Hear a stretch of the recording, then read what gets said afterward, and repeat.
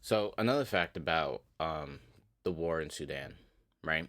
Between the RSF, SAF, and kind of the proxy war between like the official government and rebel forces in that country, but also Saudi Arabia, the UAE, which also includes motivations from Egypt, Ethiopia, and Kenya, right? They talk about how USAID, right?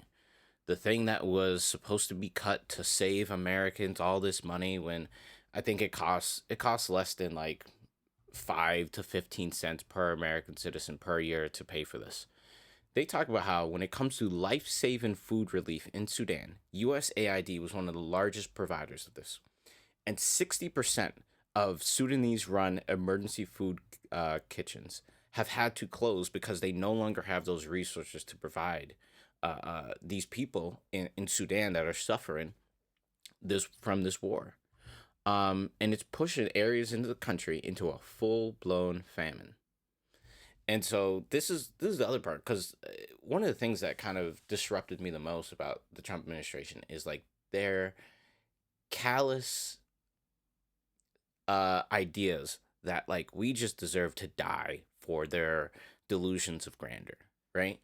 Um, I think when you look at it, right now they say that uh, the cuts to USAID have nearly led to 300,000 to 600,000 deaths, with two-thirds of those deaths being children.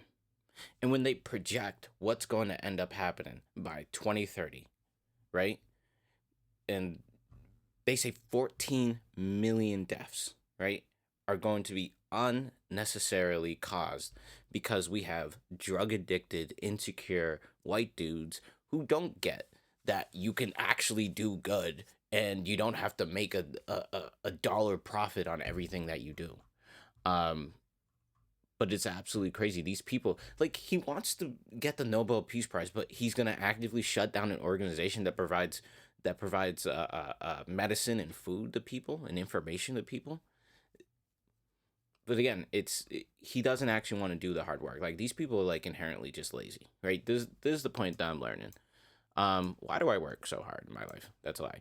But this is the problem: is that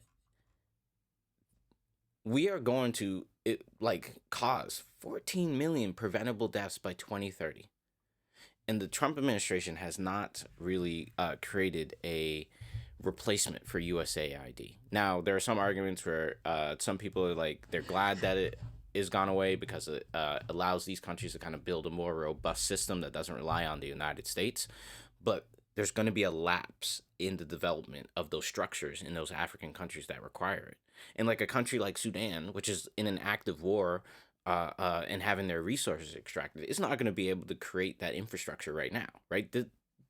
These kinds of things are created when your country's stable, right? They're created when you have excess resources. They're created when you have people who are not afraid that they're going to be murdered or killed in the street. And so, he was smiling. He was smiling like a little kid when he got that little Nobel Peace Prize from Machado. But like, he could get it if he actually tried.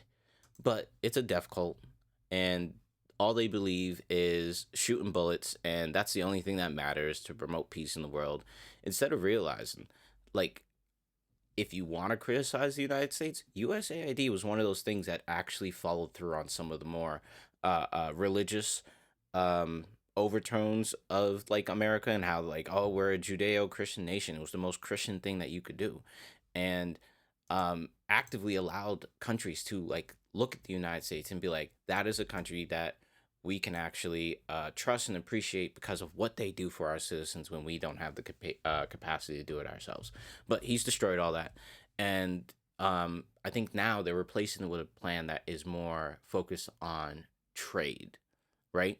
And when I look more into that, I will see how it compares to what USAID used to do. But the main point is that right now they're still building up the ideas, and it's the same thing with like the trade deals that Donald Trump promotes because his trade deals are not actual signed trade deals. They're just ideas of an agreement, right? Or I think it's memorandums of understanding, right? Not an official agreement. And so we're just gonna like we are also a part of the death and conflict and misery of Sudan because we have taken away, right, the ability for some people that literally eat. So we're helping to cause some of these conditions. So I don't know. It just makes me sick to my stomach.